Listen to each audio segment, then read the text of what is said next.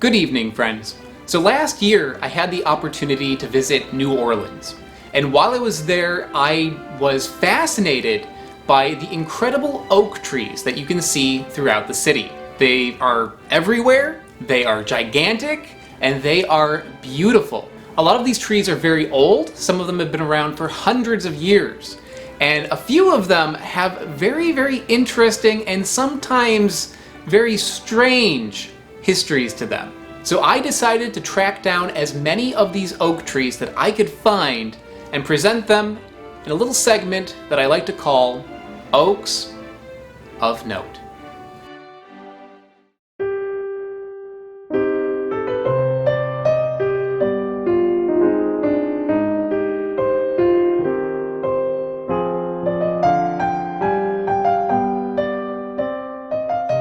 First in the series of notable oaks, this oak of note is the music tree.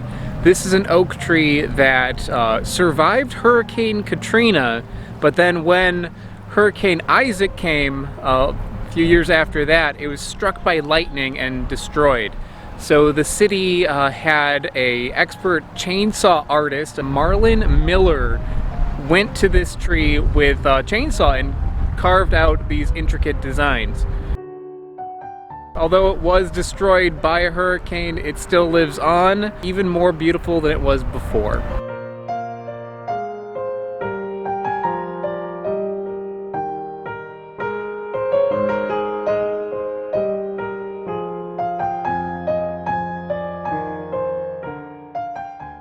That right there is definitely an oak of note. This is the Tree of Life.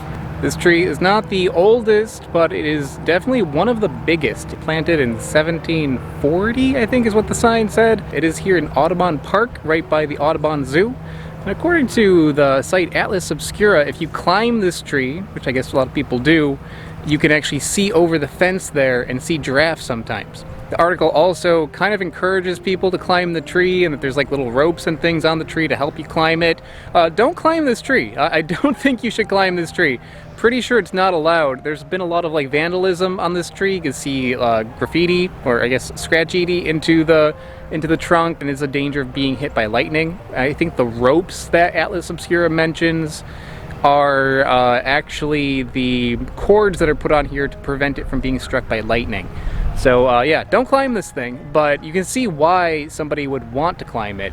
It looks like it's made for that. And what's really cool with it is that the branches are so big that they actually go and they touch back down to the ground. I've been here for about 10 minutes now, and in that time I've seen like 10 dogs. Owners with their dogs come up to this tree, so I think this is a very popular place for locals to go. But it's not like a major tourist destination or anything. I mean, it's just a big tree. However, it is near the Audubon Zoo, which is a tourist destination. So if you come here and you want to like take the kids to the zoo or something, come check out this tree. There are so many interesting things about this tree. What I'm looking at right now is a hole that is just naturally in the tree that has been sealed off with plaster and chicken wire. My guess is that is to keep people from climbing inside the tree. So I can just imagine some drunk person coming over, climbing in there, getting stuck, and then the tree will be actually like eating human beings.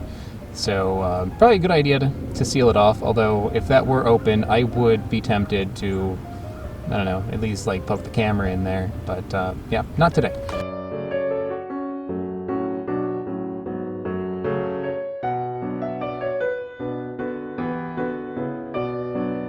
So I'm at the intersection of Benjamin and Broadway. I see a lot of really nice oak trees down this road. Wasn't going to this one, I was actually going to another oak of note, but I see this little plaque here. They recognize this tree as having lived here during the American Revolutionary period, 1776. Yeah, that's beautiful. What's nice about this one is it's covered in Spanish moss. You see all that Spanish moss hanging around. So while I was checking out this tree here, a man came up to me. He's like, "Is it talking to you? Is the tree talking to you?" And I was like, "No, not yet."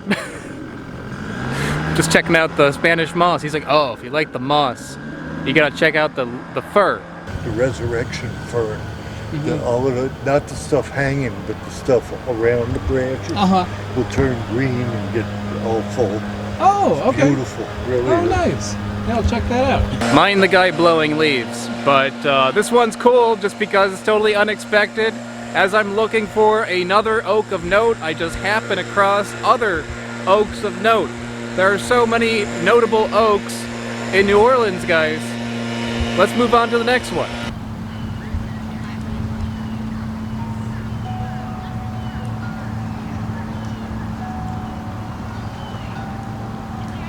So this oak of note is the singing oak, which is located in City Park in New Orleans. And what's great about it is there's big epic wind chimes all throughout it. So when the wind blows, it makes this really beautiful and like haunting little song. So what you can do is you can just sit right at that bench over there and can relax and listen to it. It's very nice. It's actually located right by the Museum of Art, which is right over there, and right by a little lake over here called the Big Lake. So if you come over here, it's a nice place to chill out.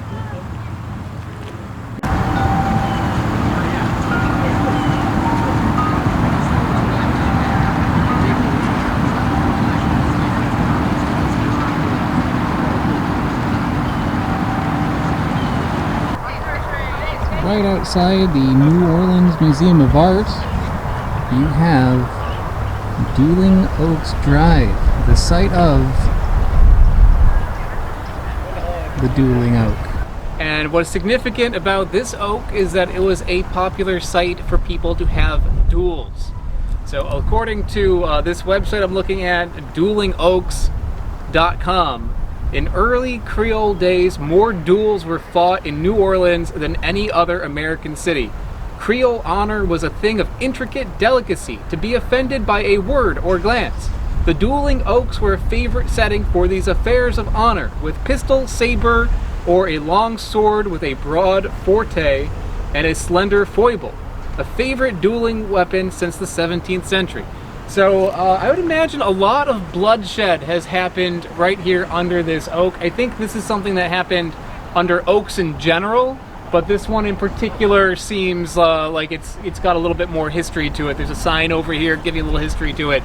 But also, it seems kind of perfect because this thing is creepy looking. It's like especially gnarled looking. It's like overhangs and it's just covered with Spanish moss all over it. So yeah, if I had to duel someone, this would be a good place.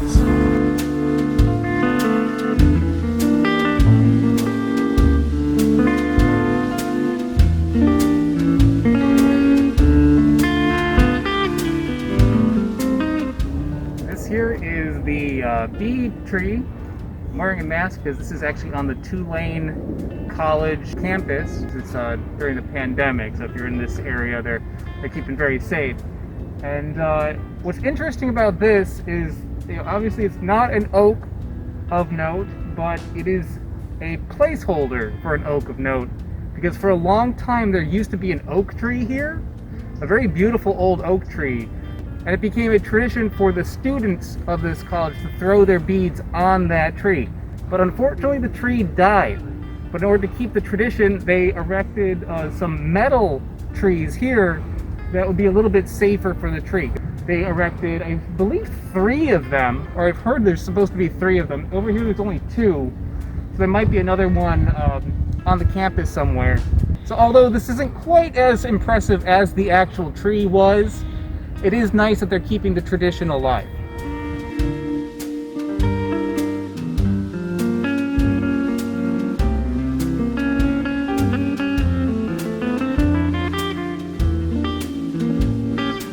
So I'm at the Holt Cemetery right now. Not a very well touristed cemetery at all of the historic sites throughout New Orleans, but this one it's something very special. This was originally created, I believe, in like the mid 1800s. Poorer classes of people would use the cemetery, and one thing that really distinguishes it as that is that this is the only underground cemetery, because New Orleans gets hit by so much water that all the cemeteries are above ground graves. That way bodies don't float to the top. Here people can't afford to do that. So it actually has a kind of like a bad reputation, because people who steal bones come here. So people who like practice like witchcraft and stuff like that will come here and like pick bones out, which is really awful. Like don't do that. No one should be doing that, because these are people's families here. But what's nice about it is that a lot of the graves here are just made by the families, and it's really a very touching thing, because they're making the graves instead of just being like etching or, you know, a statue of Jesus or something. This is more to do with the person, and you see that. You see handmade graves that have like little tokens from that person's life, things that they liked. You see like little bottles of beer and like musical instruments and balloons, and you can see a little bit of who that person was. People put little offerings and tokens at the trees as well, which is also kind of adds to the beauty of it. Yeah, it's kind of a beautiful sight here, and yeah, I would recommend coming. Just, you know, be respectful. It is very active. Even some of the graves that are older, you see people have been upkeeping it this whole time. I've been to a lot of the cemeteries around New Orleans. It's probably my favorite one. Underneath this oak of note is a grave for Robert Charles, and behind him, inside this oak tree, you can see a little offering. That's not a real skull, it's a plaster skull, but you see the skull, a little stool, shoe, a box, there's a bottle of rum there, and on his grave itself you can see that there is a gun etched into it.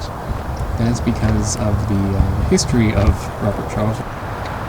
So throughout Holt Cemetery there are these little signs giving information on the history. This was the burial site of Robert Charles, who died in July 1900 after fleeing a violent encounter with white police officers, in which he and one of the officers was shot.